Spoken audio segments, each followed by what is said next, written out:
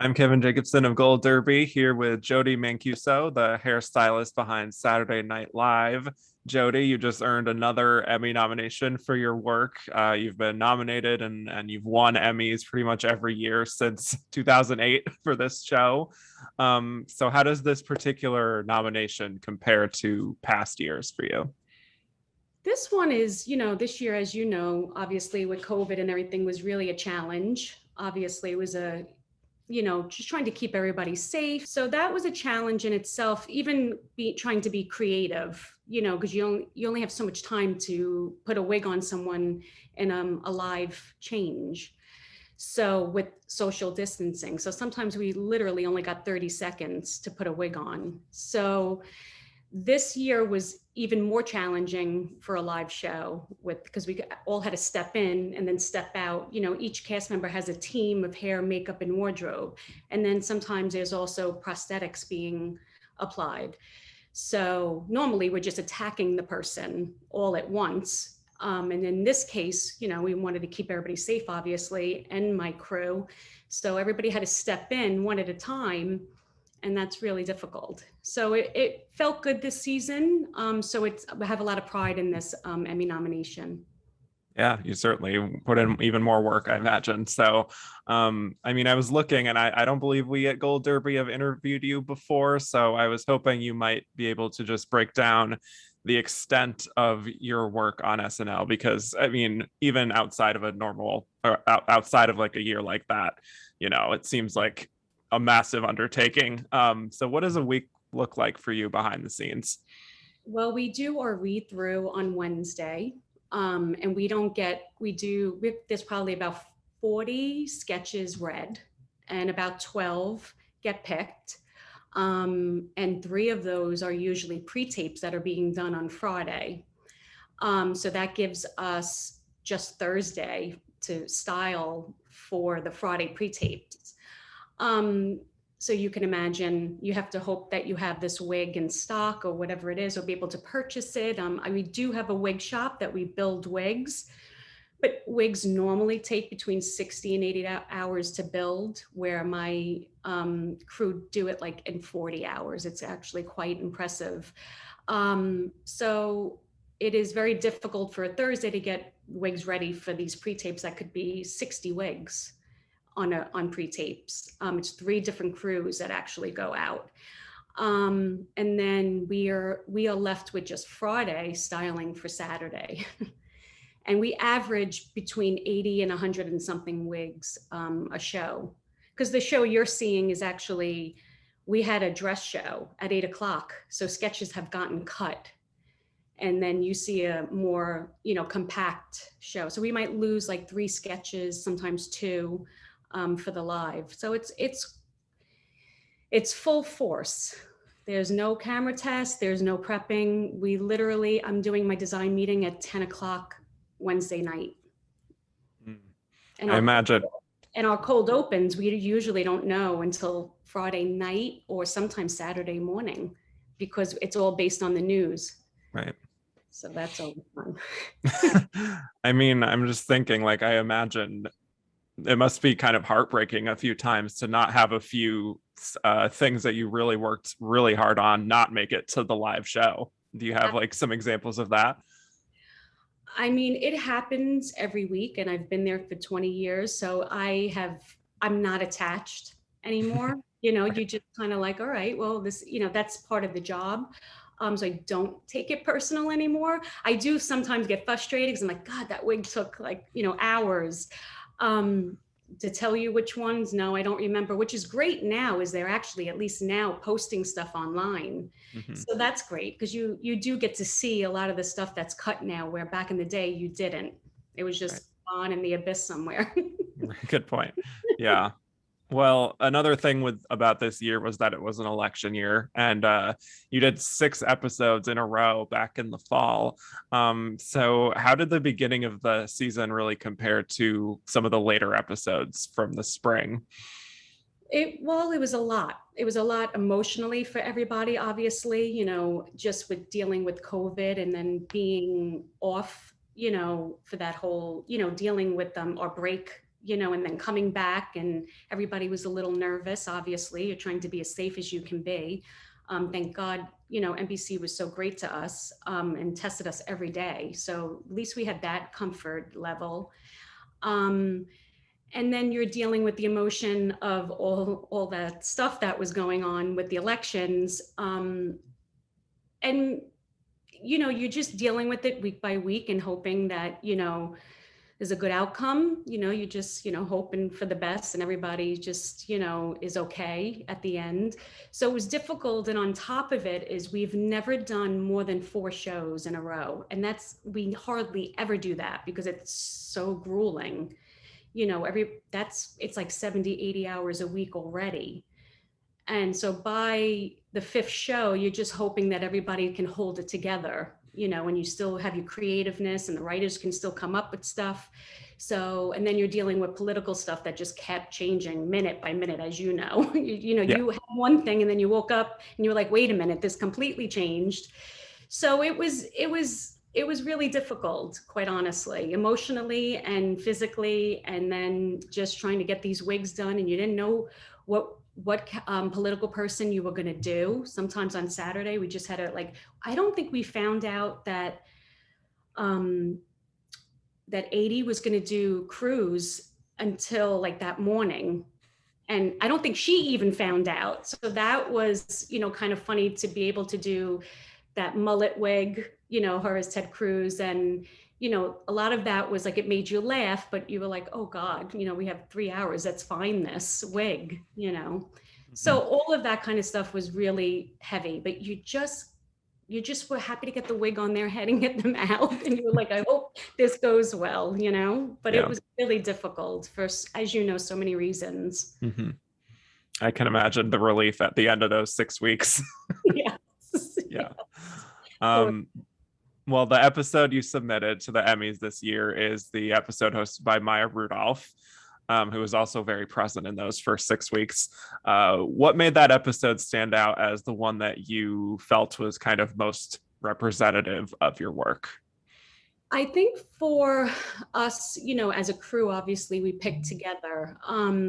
And as I think I'm very close with Maya, so that it felt really good to have her come home and be able to host. And she's been part of it, playing, the vice president, and you were just so proud to see her there. And then we had a lot of great fun moments with her. We just had a really good time, and that really sat with us. And she did Beyonce and all these great moments. And we just felt like it made us all feel good. And that was the one that we chose, even though we have many to choose from, obviously. Mm-hmm. But we felt really good about it. And it was, our Maya. So we were really happy to do that. Yeah, it really is an episode with a lot of different hairstyles and wigs. I mean, and she has quite a few standout looks. Even in the cold open, she has a ponytail thing with long hair. There's the Beyonce wig, of course, and Kamala Harris. And I mean, did you find any of those to be any more of a challenge than others? No, she's easy. She can wear anything, and we know her so well. And you can put any color on her, and she never questions anything. She's so easy, and she really wears a wig. Some people, they might not be used to it, and you're never sure if they can, sometimes a wig wears them. But in her case, you just put whatever you want on her and she'll make it work. And that's what's so great about Maya. Yeah. There's also one sketch in that episode, the Barfly Awards, which I was watching again and seeing it was just such a big showcase for your work. I mean, the wig on Heidi Gardner, I don't know if people remember, but it's just so wild. And somehow there's pencils in her hair. What's funny about that wig is we forgot the pencils. Originally they were we just wanted to be really goofy and crazy, and we just had a blonde wig on her, and then we were oh, we forgot the pencils. And the last minute, the hair person that runs her track, Gina, she threw in pencils, and it was we even saw it for the first time like you did, and we were really laughing at it. Yeah. Really good. Love that. But one other thing I was curious about is how you have multiple actors in the season playing Joe Biden. You know, like you have Jim Carrey at the beginning of the season, and then Alex Moffat takes over later. We also see Alex Moffat as Biden in this episode. I'm actually curious what your discussions were with the makeup team and anyone else about sort of how to adapt to both the Jim Carrey version and then the Alex Moffat version. Well, we take each person obviously as an individual and how they want to play it. We knew that Jim Carrey was going to want to really play it funny, and he's really good about saying what he wants, which is great. He has a lot to say in how he does things. Alex was, now he's much younger, and we're like, okay, we have to age him. So Louis and I, who's the makeup head, discussed it, and we knew we had to age him, but not we always want you to know who the actor is playing. In comedy, we're a little careful about completely changing their look. So I know Louis added just a few things to him, not much, because he might have to get out of it in a quick change. We have to also think about that. And then we did with him, we actually did a camera test, just to get a feel, because he's one of our cast and we had time to. And I built him the wig, and we just want to get the right shape, because not everybody has the same shape head. So that comes in, believe it or not. So we had a little camera test, and the whole point is just to get particular things that make it stand out, but we can get it off quickly. So it's not like we have 3 hours to do this magnificent thing. We have, 6 minutes to be able to get this on them and get it off quickly. So that goes into a lot of our decision making. Interesting. Well, speaking to that a little bit, when it comes to like parodies of famous people, famous figures, which SNL's done from the beginning, versus like building a character from the ground up and having less restrictions on what you have to do with the hair. Do you have a preference between those? It's always fun to just create something that's not a real person, because you're not comparing it to anything. It's just kind of fun. It's less stressful to do that. I actually love doing that because I don't have to think about it too much, just kind of like fun with the cast member or the host, like, what do you want? And you just have something really fun to create. When I'm doing an actual person, for me, it's pretty stressful, especially if it's the cold open, because a cold open, sets the tone of the show. So that's what Mr. Michaels really wants this to be really done well. And because we don't get camera tests, it's really difficult. I'm looking at 1,000 pictures. I'm looking at, back of their head, the side of their head, outside and regular lighting, inside, because you're guessing colors and everything. And most people change their hair, within a day. And a lot of men now are dyeing their hair. So you're just like, wait, he was just white. And then you're like, oh no, So, and we don't get to see it on full until the dress show at 8:00. And then that's when we're able to make our tweaks for the live show, which is maybe 40 minutes. Like, you don't have much time. So it really stresses me out. If it's the cold open, the minute that cold open is over, I'm like, okay, now I can, focus on everything else. So to answer your question, I think for a lot of times, I really love making the characters and helping the actors find this character that they wrote and be part of that creation. It's really fun. Yeah. Well, you've mentioned, a host having a say or cast members having a say. Do you find that specifically there are cast members who are more willing to sort of give their input than others? If you could give specifics. No, there are some people who can do it well. And then there's other people that you get to know people's personalities also.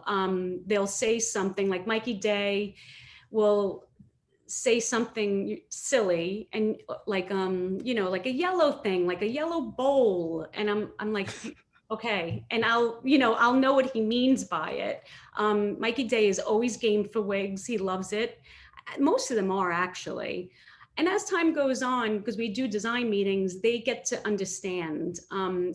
And people like Mikey Day and his writing partner Streeter sometimes come up with crazy things because they just can't believe we can do it. And we're always like, all right, we need you to calm down. It'd be like Bart Simpson, or we need this. And, oh my God, you did it. Next week, we're going to do this. And we're like, all right, calm down. Like just give us a couple of weeks in between.